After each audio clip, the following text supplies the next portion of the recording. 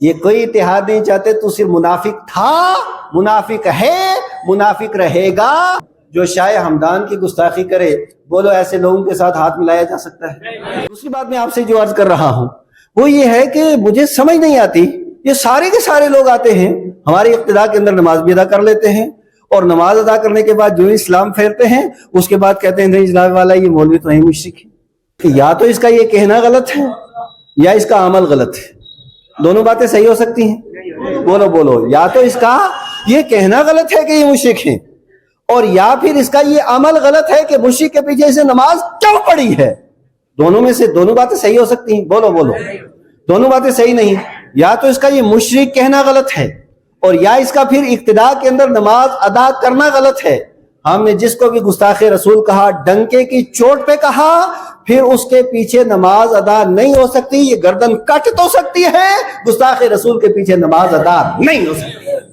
ہم نے تو بالکل واضح اپنا پیغام رکھا ہوا، اپنا نظریہ بھی رکھا ہوا. اب ایک طرف آ کر کے مشرک بھی کہہ دیا اور مشرک کی اقتداء کے اندر آ کر کے نماز ادا کر دی. تو دونوں میں سے ایک چیز تو غلط ہے.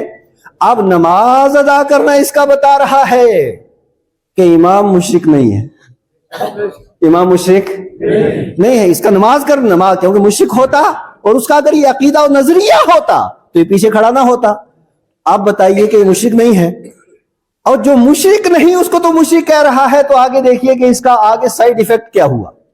جس کو مشرک تو نے کہہ دیا اس کو مشرک کہا جو مشرک نہیں ہے. اب مشرک کسے کہتے ہیں؟ جو اللہ کی ذات میں کسی کو شریک ٹھہرائے، جو اللہ کی صفات میں کسی کو شریک ٹھہرائے، جو اللہ تبارک و تعالیٰ کے افعال میں کسی کو شریک ٹھہرائے.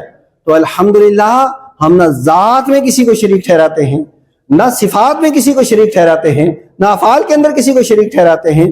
خدا خدا ہے، مخلوق مخلوق ہے. مخلوق اللہ کی طرح نہیں اور اللہ مخلوق کی طرح نہیں ہے. ایمانداری سے بتائیے، ہم میں سے کوئی ایک بندہ ایسا ہے جو مزار کو سجدہ کرتا ہے؟ اچھا، جو سجدہ نہیں کرتے ذرا ہاتھ کھڑا کریں. ہاں، دونوں ہاتھ کھڑا کریں. ہاں، دیکھ لیں. ہم سجدہ کسی مزار کو سجدہ نہیں کرتے. سجدے کے لائق کون ہے؟ صرف اللہ تعالیٰ ہے. ہمیں پیدا کرنے والا کون ہے؟ خالق کون ہے؟ مالک کون ہے؟ رحمان کون ہے؟ رحیم کون ہے؟ جواد کون ہے؟ مالک الملک کون ہے؟ دنیا و آخرت کے سارا نظام چلانے والا کون ہے؟ تو الحمدللہ ہم تو مشرک نہیں ہیں. اور ڈنکے کی چوٹ پہ سب سے پہلے ہم جو کہتے ہیں لا الہ الا اللہ، اللہ کے علاوہ کوئی عبادت کے لائق نہیں ہے.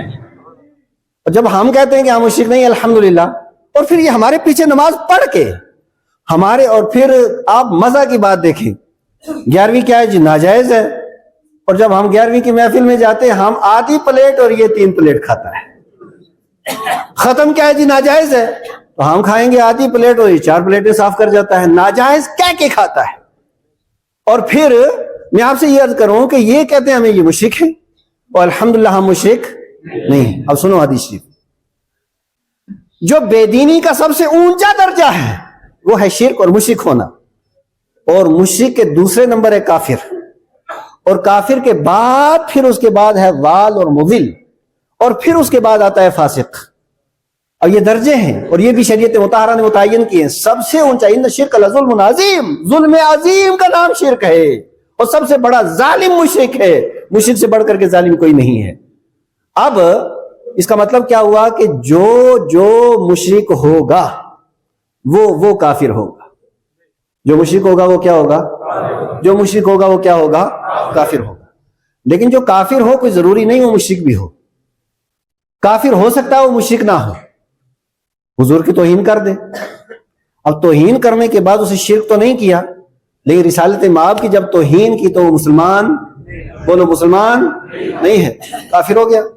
تو کافر ہو سکتا ہے کہ کافر ہو اور مشرک نہ ہو، لیکن یہ سوال ہی پیدا نہیں ہو سکتا کہ جو مشرک ہو اور کافر نہ ہو. جو بھی مشرک ہوگا وہ کافر ضرور ہوگا. اب جب یہ پتہ چل گیا تو اس کا مطلب کیا ہوا کہ پہلا درجہ مشرک کا، دوسرا درجہ ہے کافر کا. اور دوسرے درجے کے تعلق سے مصطفیٰ کریم علیہ الصلوۃ والسلام ارشاد فرماتے ہیں من قال لاخیہ یا کافر، اگر کوئی آدمی کسی مسلمان کو کافر کہہ دے فقط باء باحدہما، اب دونوں میں سے ایک کافر ہوگا. اگر وہ کافر ہے تو ٹھیک ہے، اور اگر وہ کافر نہیں تو کہنے والا خود کافر ہو جاتا ہے. کہنے والا خود.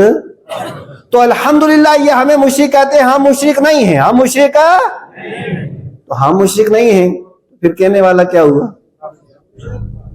کہنے والا کیا ہوا؟ ہمارا کچھ نہیں بگڑا لیکن تیری ستیہ ناس ہو گئی. شریعت کا آخری حکم اور دین کا آخری حکم جو ہے بے دینوں کے لیے وہ لگا دیا تو نے کس پہ؟ قرآن پڑھنے والے پہ، حدیث پڑھنے والے پہ، اور نبی مکرم علیہ الصلوۃ والسلام کے عاشق پہ. حضرات گرامی وقار، یہ وہ طبقہ ہے جو شہد دکھا کر کے زہر پلاتا ہے. اور شہد کس طریقے سے دکھاتا ہے؟ جی ہم توحید کی باتیں کرتے ہیں.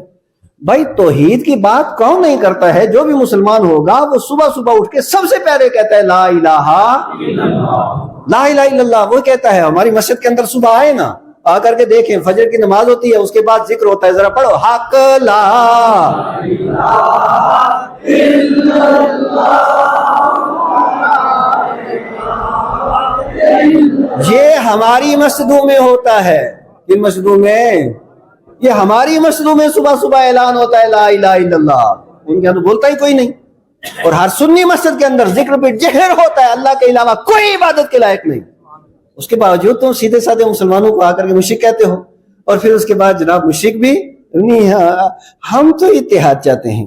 یہ کوئی اتحاد نہیں چاہتے. تو صرف منافق تھا، منافق ہے، منافق رہے گا. اور اس طرح کے لوگ، ان کو پہچاننے کی ضرورت ہے. تو اب میں آپ سے کہتا ہوں جو شاہ ہمدان کی گستاخی کرے، بولو ایسے لوگوں کے ساتھ ہاتھ ملایا جا سکتا ہے؟ جو غریب نواز کی گستاخی کرے، ایسے لوگوں کے ساتھ ہاتھ ملایا جا سکتا ہے؟ ہم ایسے بدتمیز انسان کو ضرور اس کی مذمت بھی کریں گے، اور صرف اس کی مذمت نہیں کریں گے جن کے یہ افکار ہیں، جن کے یہ خیالات ہیں. وہ چاہے ابن تیمیہ ہو، محمد بن عبد الوہاب نجدی ہو، یا اس کے علاوہ اس کی لائی ہوئی تحریک کے یہاں پہ ہندوستان کے لوگ ہوں، جو بھی جنہوں نے بھی اس طرح کے افکار اور اس طرح کا زہر معاشرے اور سماج کے اندر پھیلایا ہے، اور جنہوں نے بہت ہی شدت پسندانہ اسلام کی تعبیر اور تشریح کرنے کی کوشش کی ہے، جنہوں نے بالکل ایک دہشت گردانہ اسلام کی تشریح اور تعبیر اور توضیح کرنے کی کوشش کی ہے، ایسے لوگوں سے ہمیں اعلان برات بھی کرنا ہے.